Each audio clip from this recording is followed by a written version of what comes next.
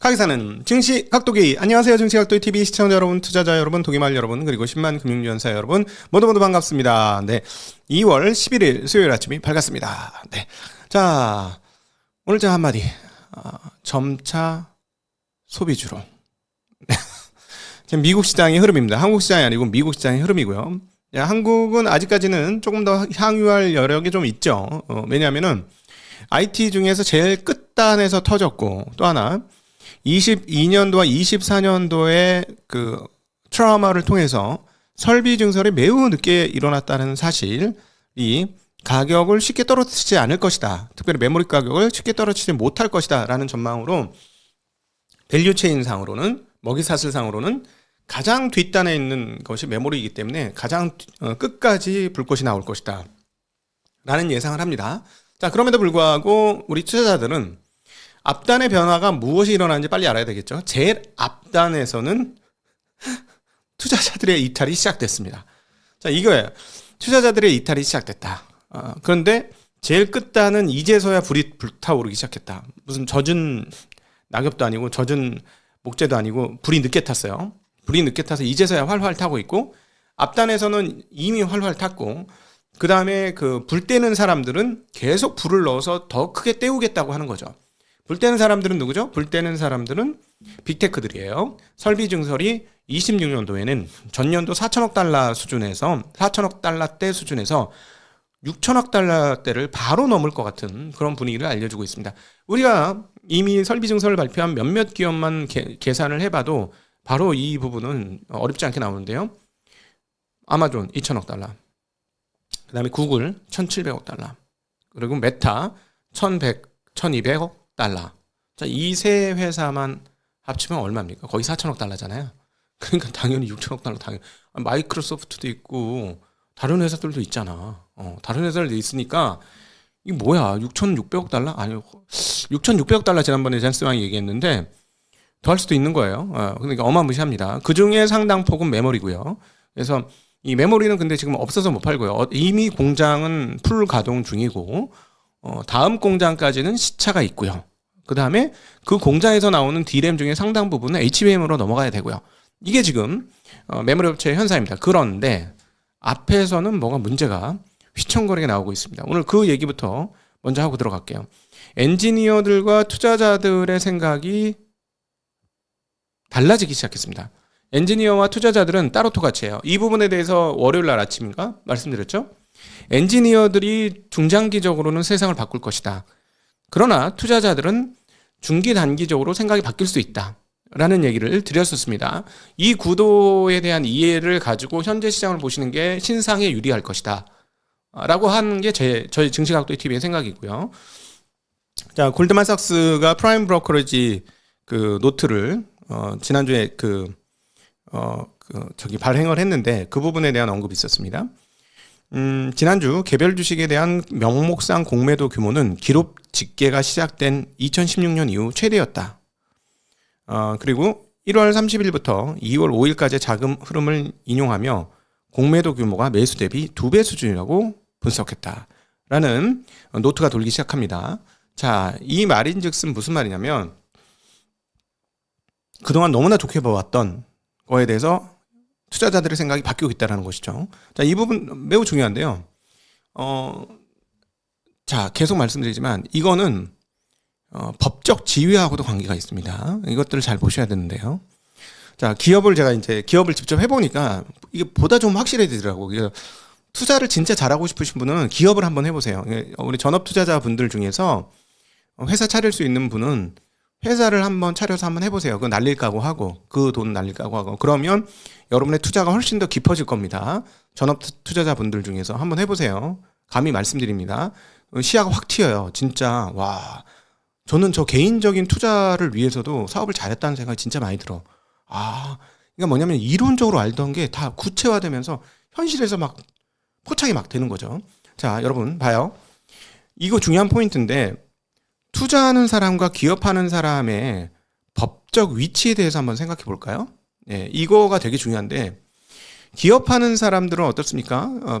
기업하는 사람들이 이제 저 같은 사람일 경우에는 주주이기도 하지만 대리인이기도 하잖아요. 여기서 대리인이라는 건 주주가 권한을 위임해서 사업을 위임한 사람을 대리인이라고 합니다. 일컬어 뭐 최고 경영자 이런 사람도 대리인이죠.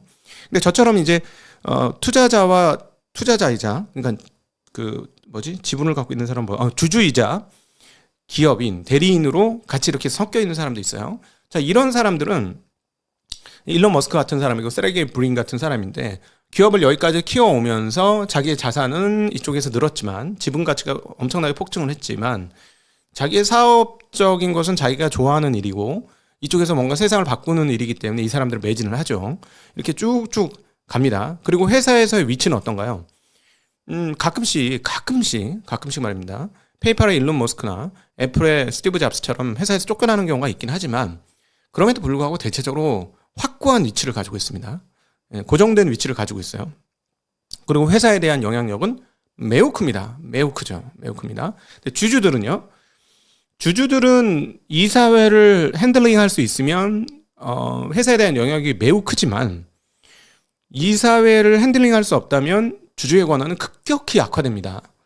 자, 그런데 이 대리인들은 보통 이사들이죠. 이사들인데 그러니까 즉 CEO들의 이사회의 권한이 강할까요? 주주들의 이사회에서의 권한이 강할까요? 약간 달라요. 지난번 스티브 잡스가 쫓겨난 거는 주주들의 이사회 권한이 셌기 때문이고 그런 거죠. 일론 머스크가 페이팔에서 쫓겨났을 때도 결국 그런 건데, 근데 사실 페이팔도 또 다른 대리인들이 있었으니까, 그 피터 틸 뭐 이런 사람들이 있었으니까, 그러니까 대체적으로는 대리인 대주주가 이사회에서 압도적 권한을 가집니다. 그 포지션도 굉장히 고정화되어 있어요. 움직이지 못해 포지션을. 그러니까 나 싫어, 나 다른 회사 갈래, 다른 회사 CEO 할래, 안녕 이러고 할 수 있는 사람들은 거의 없죠. 전문 경영인조차도 그렇게 하긴 힘들어요.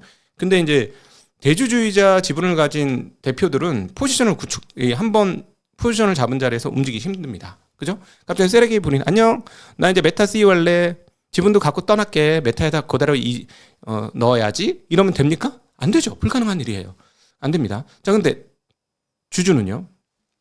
주주는 법적 권한이 이사회를 장악하지 않는 한 매우 약합니다. 매우 약해요. 회사를 좌지우지할 수 없어요. 그러니까 결국 뭐냐면 그 권리상으로 후순위예요. 어느 정도 후순위냐면요. 이거를 사람들이 잘 모르더라고. 직원보다 후순위예요. 단서는 이사회를 장악하지 못하는 한. 맞잖아요.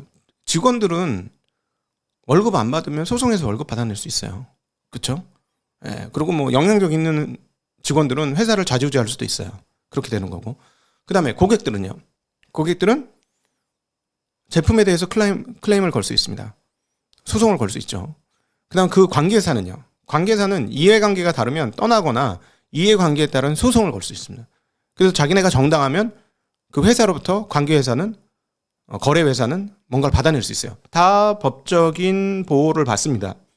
직원, 거래회사, 그 다음에 채권자는 뭐 당연하잖아요. 돈 빌려준 애들은 너무 철저하게 보호받잖아요. 이게 자본주의의 핵심이고. 이런 구조를 갖고 있습니다. 주주는요. 주주는 남으면 많이 받을 수도 있고, 안 남으면 하나도 못 받을 수도 있고, 남았는데도 못 받을 수도 있습니다. 맞습니까? 배당을 달라고 요청은 할 수 있지만, 배당을 강제할 수 있는 권한은 없어요. 배당 안 내나? 너 죽고 나 죽어, 이러면 어떻게 됩니까? 주주가 감옥 가지. 예를 들어 테러를 해. 막, CEO한테 테러를 해. 안 되잖아요. 회사 상황이 어려워서 그렇게 안 했어요. 그러니까 이사회를 장악했으면 되는데 이사회를 장악 못하면 이사회가 그렇게 결정하면 끝이에요. 그래서 여러분 이사회가 그렇게 중요한 거고 이사가 중요한 겁니다.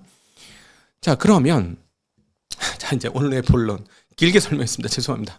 이거를 처음으로 얘기하는 거기 때문에 오늘 처음 얘기하는 거기 때문에 이 주주 권한에 대한 거는 이해를 못하실 분들이 계실 것 같아서 설명을 한 거고요. 자, 그러면 여기서 뒤집어 봅시다. 투자자의 세계에서 한번 봅시다. 이게 오늘의 본론이에요. 투자자의 세계에서. 투자자는 권리는 약하지만 이동성은요. 이동성은 어떻습니까? 회사의 대표는 권리도 강하지만 포지션이 고정화돼 있어요. 못 움직입니다. 주주는요. 권리는 약하지만 포지션을 바꿀 수 있어요. 즉, 이번에 배당 안 주실 거예요?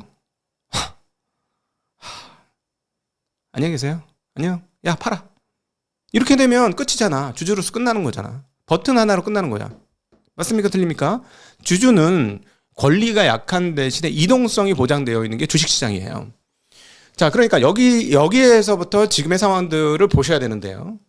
지금 엔지니어들은 미래를 확신하고 AI에 대한 확신을 굉장히 강하게 합니다. 지금 AI가 처음에는 개발자를 타깃으로 막 가다가 자, 이제는 시니어들, 매니저들을 향해서 막 가고 있어요. 왜냐하면 거기가 이제 돈 되는 길인지 알고 그쪽으로 에이전트 AI 뭐 이런 게 막 나오기 시작하는 거죠.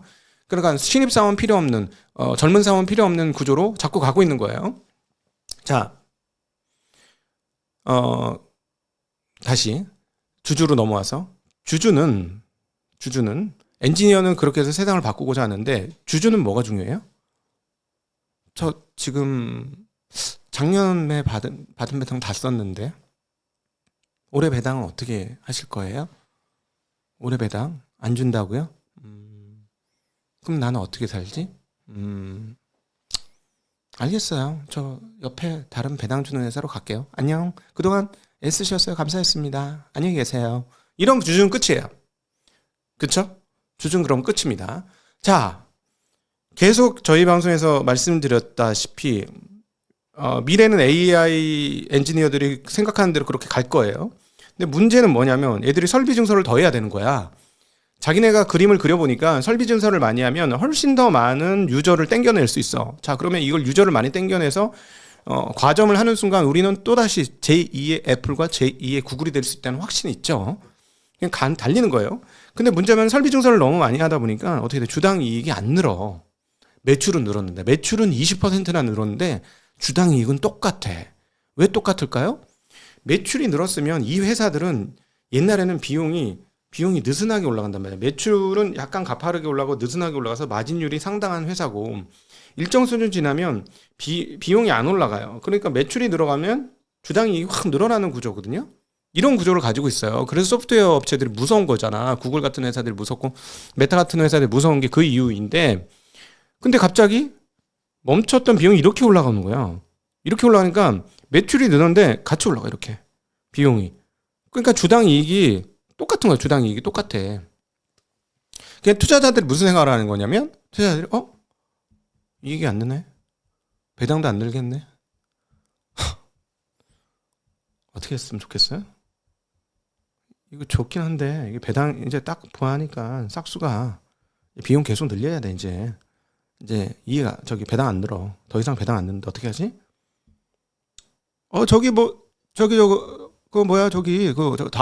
다우에 있는 그 옛날 구닥다리 회사들 그 배당 는데요 이제부터 그쪽으로 가시죠.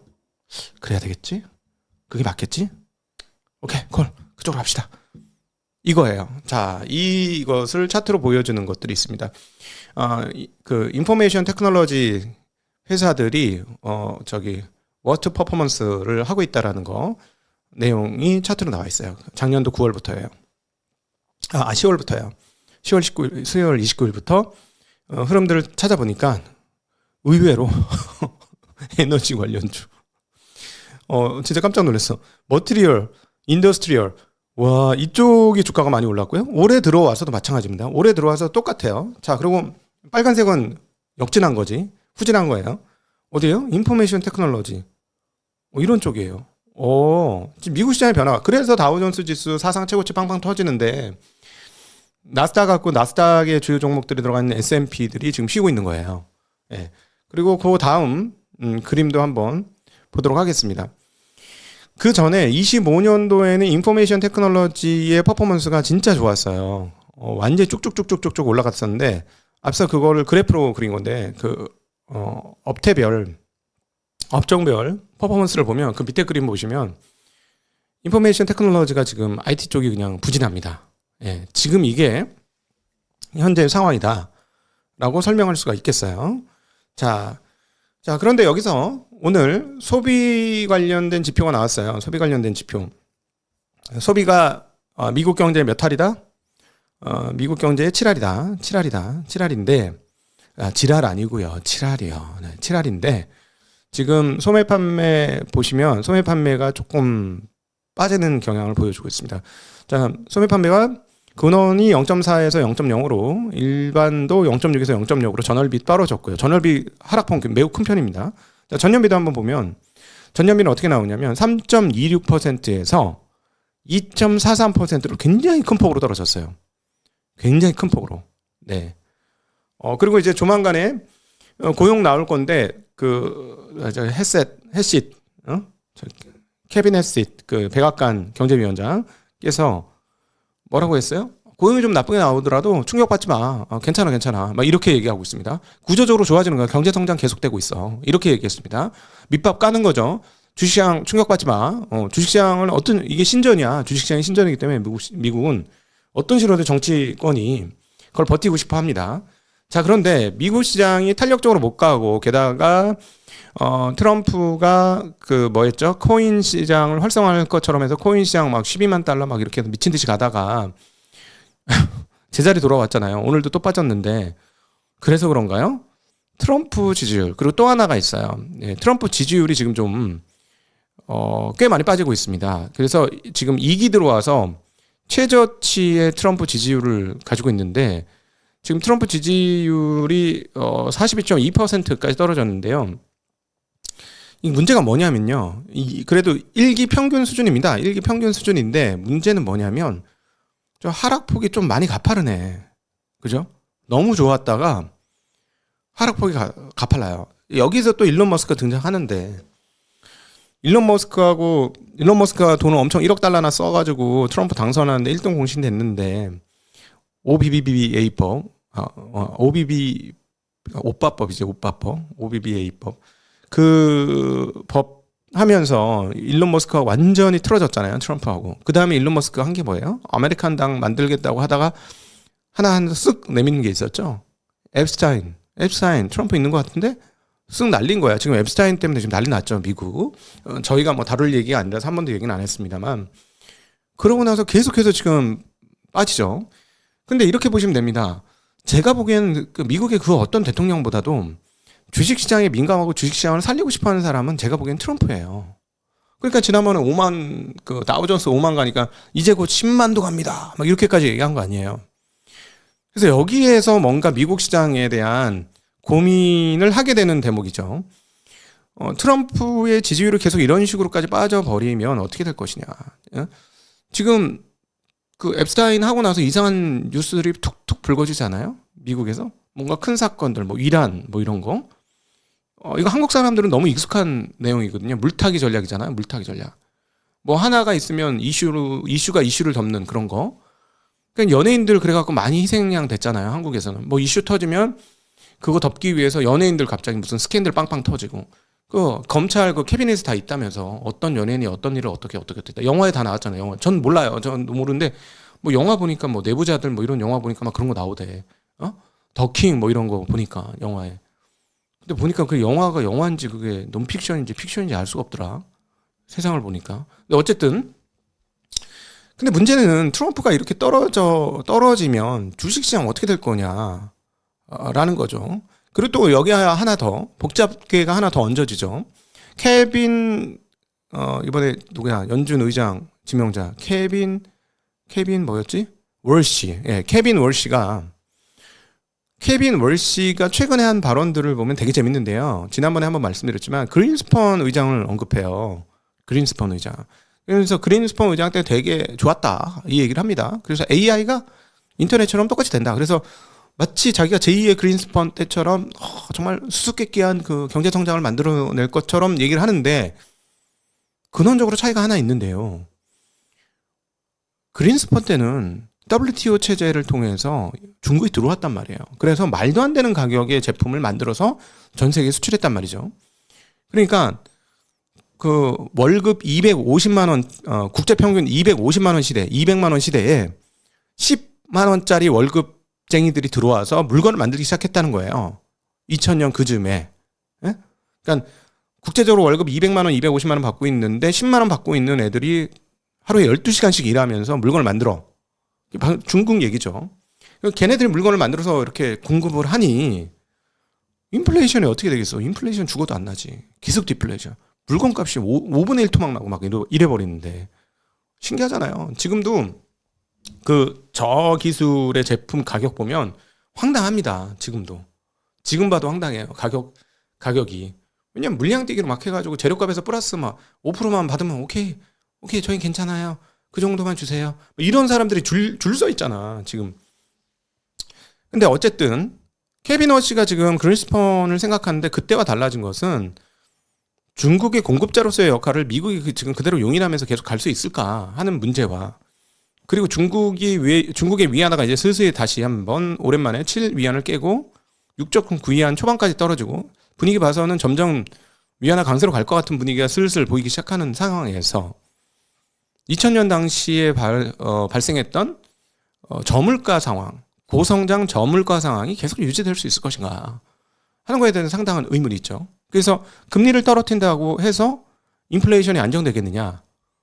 그리고 그 당시하고 다른 건 총통화량이 이미 엄청나게 늘어난 상황에서 금리를 낮출 때 아무 문제 없겠느냐 라는 고민들이 있습니다. 그래서 이제 미국의 그 경제 상황들은 굉장히 복잡계로 가고 있고, 투자자들이 이 복잡계 상황에서 편한 선택을 하기 시작했다라는 게 오늘 증시각도 TV의 결론입니다. 아, 얘들 이제 편한 길 갈라 그러네.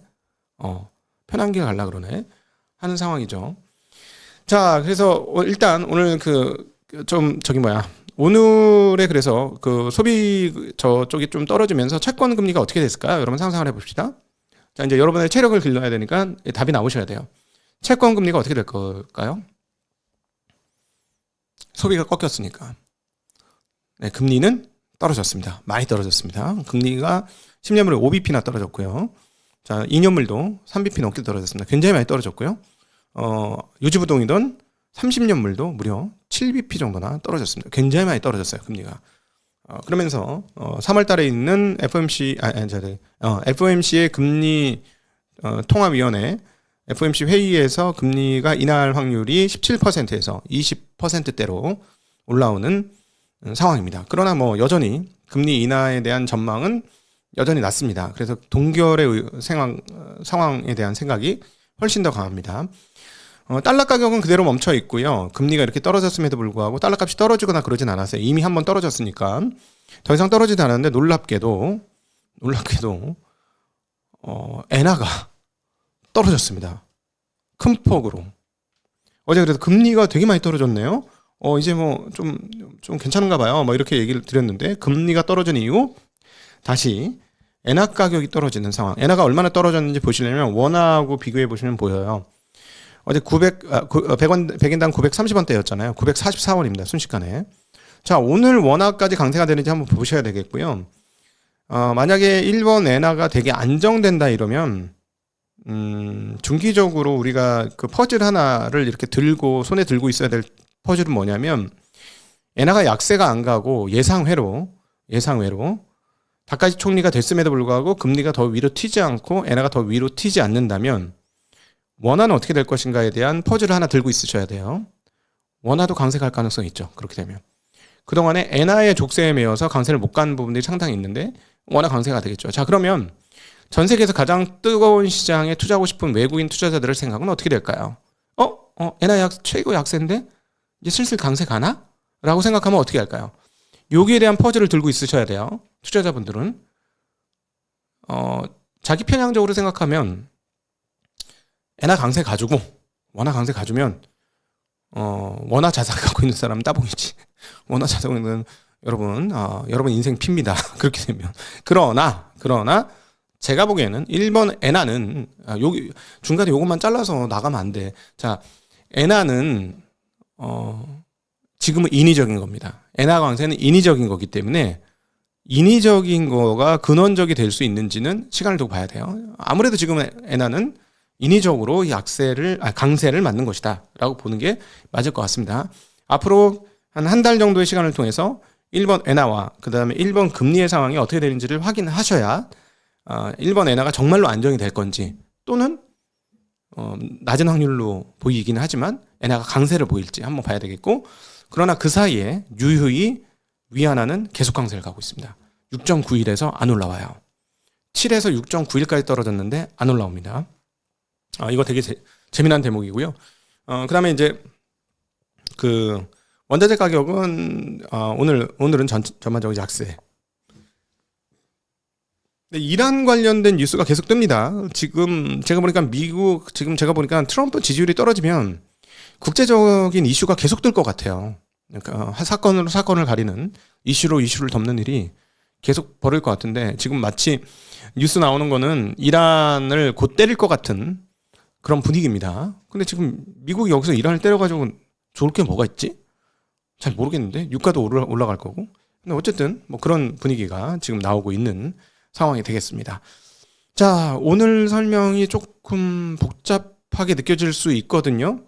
네, 복잡하게 느껴질 수 있습니다. 꾸준히 봐오셨던 분들은 뭐 당연히 다 제가 얘기하기도 전에 다 제 무슨 얘기하는구나 다 파악을 하셨겠지만 새로 오신 분들은 조금 이해가 안 되실 것 같은데 그래도 장기적으로 계속 들으시다 보면은 저희 구독자분들이 증언하시는 바에 의하면 뭐 6개월 듣고 1년 듣고 2년 듣다 보니까 귀가 트이더라. 무슨 말하는지 이제는 훤히 안다. 그리고 오늘 표정만 봐도 무슨 얘기할지 다 알겠다. 이러시는 분도 있어요. 네, 그래서 혹시나 이 초보자분들 중에 오늘 내용이 좀 깔깔했다면 그냥 인내의 힘을 가지고 듣다 보시면 이제 가락이 나온다는 거 말씀드리고 싶습니다. 자, 제가 아직 부족해서 더 쉽게 해야 되는데 조금 한계가 있다는 점도 양해를 부탁드리겠습니다. 자, 오늘도 함께해 주셔서 진심으로 감사하고요. 행복한 주말 되시길 빌겠습니다. 감사합니다. 안녕.